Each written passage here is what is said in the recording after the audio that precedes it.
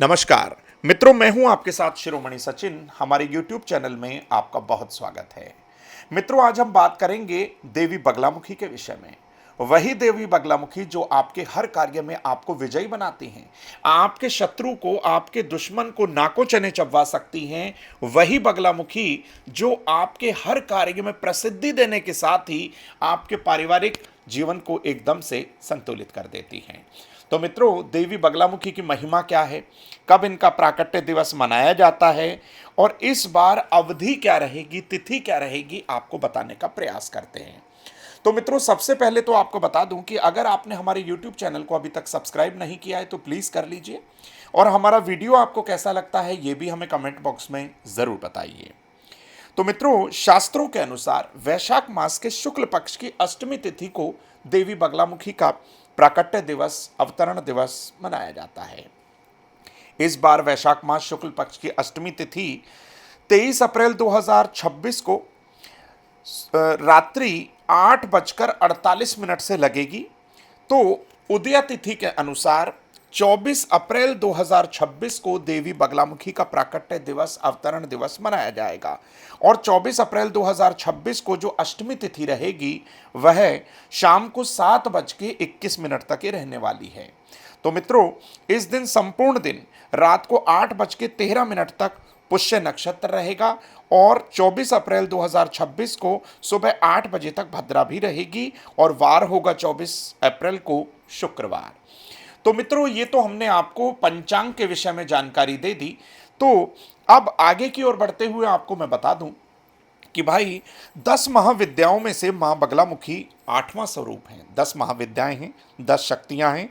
उनमें से जो अष्टम स्वरूप है, जो अष्टमी के दिन, वैशाख मास के शुक्ल पक्ष की अष्टमी के दिन जिनका प्राकट्य हुआ था देवी बगलामुखी, वह अष्टम देवी है, 8वीं देवी हैं। इनका स्वरूप सोने के समान पीला है और इसी कारण इन्हें पीताम्बरा भी कहा जाता है। मित्रों, मां बगलामुखी अपने भक्तों की शत्रुओं से रक्षा करती हैं, दुष्टों से रक्षा करती हैं, बुरी नज़र से, तंत्र बाधा से और हर प्रकार के नज़र दोष से, हर प्रकार की नज़र आप देखेंगे कि इनकी पूजा अर्चना करने के बाद हट जाती है, दूर हो जाती है, और हर नकारात्मक शक्ति से यह बगलामुखी देवी आपकी रक्षा भी करती हैं।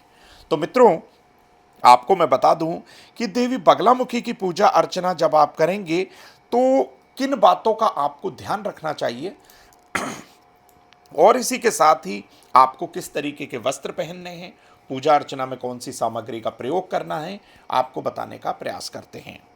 तो देखिए, अगर आप नज़र दोष से पीड़ित हैं, अगर आप तंत्र दोष से पीड़ित हैं, आपको लगता है कि आपके ऊपर किसी नकारात्मक ऊर्जा का दुष्प्रभाव है और आपको समझ ही नहीं आ पा रहा कि आपको क्या करना चाहिए, तो देखिए, देवी बगलामुखी की पूजा अर्चना वैशाख मास के शुक्ल पक्ष की अष्टमी तिथि को आप जरूर कर लीजिए, जो कि इस बार 24 अप्रैल 2026 को है। मित्रों, सबसे पहले आप अपने घर की सुबह के समय स्नान करने के बाद साफ सफाई कर लीजिए और अपने आप को भी स्वच्छ कर लीजिए, और हो सके तो आप अपने संपूर्ण घर में गोमूत्र का छिड़काव जरूर करिए। स्नान करने के बाद, अपने घर को शुद्ध करने के बाद, आप सबसे पहले भगवान सूर्य को तांबे के लोटे से अर्घ दीजिए। उसमें कम से कम 3 चुटकी पिसी हुई शुद्ध हल्दी डालकर ओम घृणी सूर्याय नमः मंत्र का जाप करते हुए आप यह जल भगवान सूर्य को अर्पित करिए। वहीं पर खड़े होकर भगवान गणेश की उपासना करिए, वंदना करिए, उनके मंत्रों का जाप करिए। अब आप पूजा अर्चना का जो है कार्यक्रम जो करना चाहते हैं, जो उपासना करना चाहते हैं, उसे आप शुरू कर दीजिए।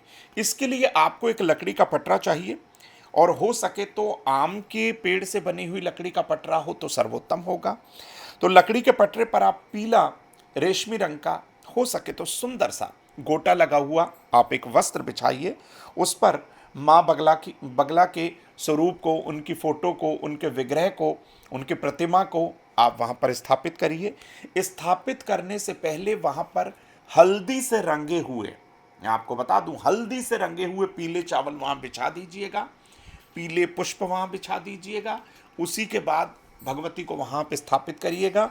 अगर आप स्थापना में किसी योग्य विद्वान की सहायता ले लेंगे तो और ज़्यादा अच्छा होगा।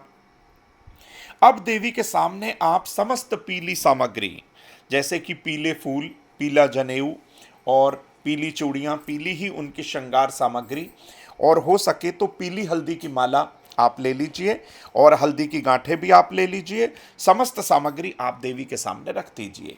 गाय के घी का एक दीपक जलाइए और भगवती को जब यह आप सारी सामग्री अर्पित कर देंगे तो एक पीतल के लोटे में जल भरकर भगवती के समक्ष आप रख दीजिए। अब आपको क्या करना है?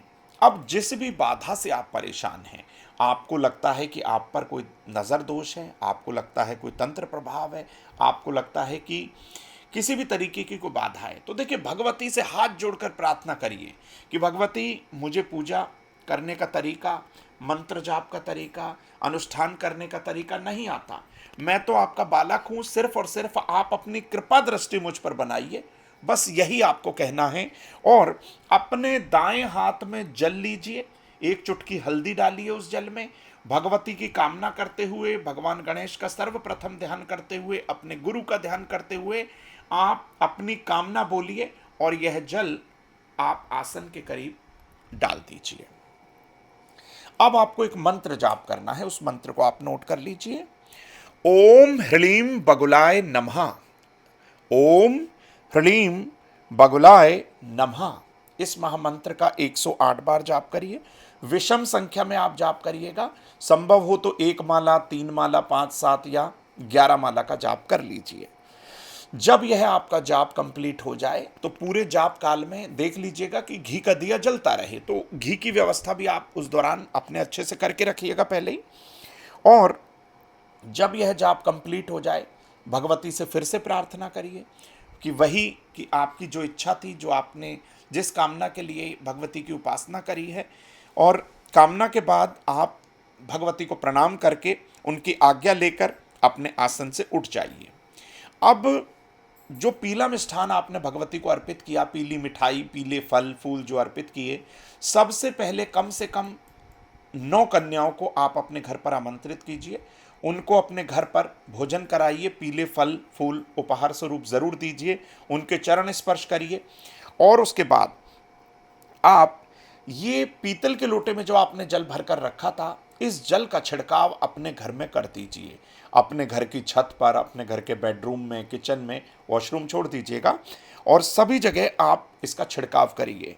ऐसा करने से आपके परिवार पर लगी हुई नज़र, आपके परिवार पर किया हुआ तंत्र दोष, आपके परिवार पर किया गया तंत्र प्रभाव, नज़र दोष, किसी भी तरीके का व्याधि, बाधा, कुछ भी, किसी भी तरीके की कोई नज़र दोष है, वह संपूर्ण जो है वहाँ से हट जाएगा। आपको इसका प्रभाव तत्क्षण दिखाई देगा, त्वरित रूप से आपको आभास हो जाएगा। और एक बात आपको और बता दूं कि आप भगवती को अर्पित की हुई पीली जो हल्दी की गांठें हैं, उन्हें आप अपने धन रखने वाले स्थान पर भी रख सकते हैं। तो मित्रों, आप इस तरीके से भगवती की पूजा उपासना कर सकते हैं, आपके बिगड़े हुए कार्य जरूर बनेंगे।